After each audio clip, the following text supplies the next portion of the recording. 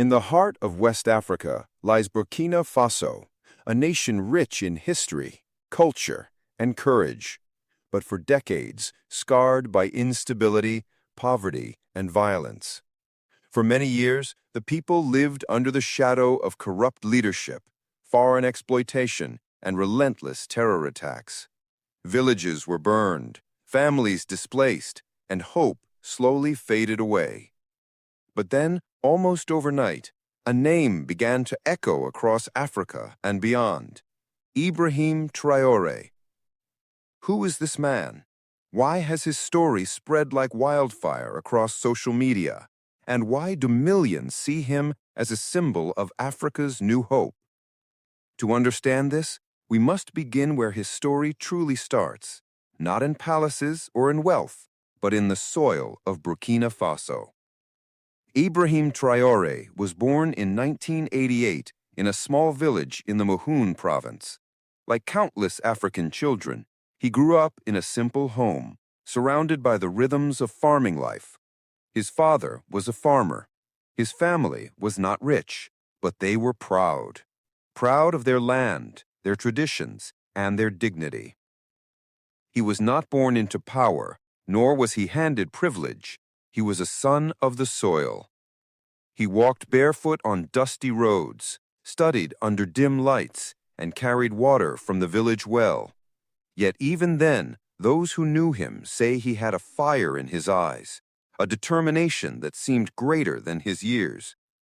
Traoré chose the path of the military not for wealth, but for duty.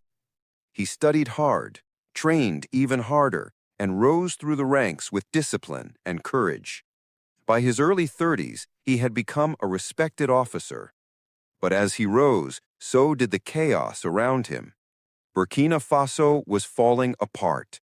Terrorist groups ravaged towns, killing thousands. Foreign forces promised protection, yet the violence only spread. People whispered that leaders were more interested in pleasing outside powers than protecting their own citizens. For many soldiers, the frustration was unbearable. And for Traoré, it was impossible to stay silent. In September 2022, the world was stunned. A group of young officers, led by Ibrahim Traoré, rose up against the government of Paul-Henri Damiba. Their reason was clear. The government had failed to defend the people. When Traoré appeared on national television, he was calm, young, and firm. He wore his military uniform, his eyes steady, his words sharp. He declared that Burkina Faso needed to fight for itself, to stand tall without being controlled by outsiders. Overnight, he became the youngest leader in the world, barely 34 years old. Some called him reckless, others called him brave. But for millions of Africans, he became a symbol. What makes Ibrahim Traoré so different? Why do crowds cheer his name in Ouagadougou, Bamako, and even across the seas? The answer lies in what he represents. He is not a billionaire in a suit. He is not an old man clinging to power. He is young, he is African, and he speaks the language of ordinary people. He talks of unity, dignity, and independence.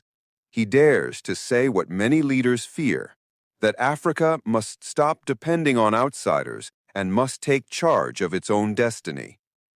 At a rally, when asked why he took power, he replied, "If we must die, we will die with dignity, but we will no longer kneel." Those words ignited hope in millions. For decades, Africa has been described as a continent of poverty, wars, and aid dependency. But in the rise of Traoré, many young Africans see something different, a chance to rewrite the story. They compare him to Thomas Sankara, the legendary revolutionary who once led Burkina Faso in the 1980s. Sankara preached self-reliance, justice, and pride. He told Africans to wear their own clothes, eat their own food, and trust in their own people. His legacy still burns bright, and Traoré is now seen as carrying that torch forward. On social media, videos of his speeches go viral. Young Africans share his words with hashtags like African Unity, Stand with Traoré, and New Africa. For many, he is not just the president of Burkina Faso. He is the voice of a generation tired of exploitation.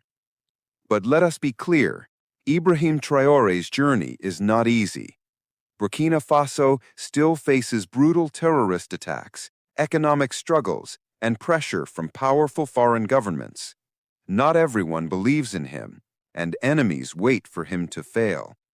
Yet what makes him powerful is not just what he has done, it is what he represents. He is proof that leadership can come from the young, from the poor, from the ordinary. He is proof that courage can rise even in the darkest times. In the villages of Burkina Faso, mothers pray for peace and children dream of safety. In the cities of Africa, youth search for jobs, freedom, and dignity. For them, Ibrahim Traoré is not just a man. He is a possibility. The possibility that Africa can rise again. The possibility that leaders can be honest and fearless. The possibility that tomorrow can be different from yesterday. And that is why millions, not only in Africa, but around the world, see Ibrahim Traoré as hope. If you believe in the rise of Africa, if you believe in young leaders who dare to dream big, then share this story. Let the world know that hope is alive in Burkina Faso and that a new chapter is being written for Africa. If this story inspired you, don't forget to like the video, share it with your friends, and subscribe to the channel for more powerful stories from around the world. Your support helps us bring you more voices of hope, courage, and change.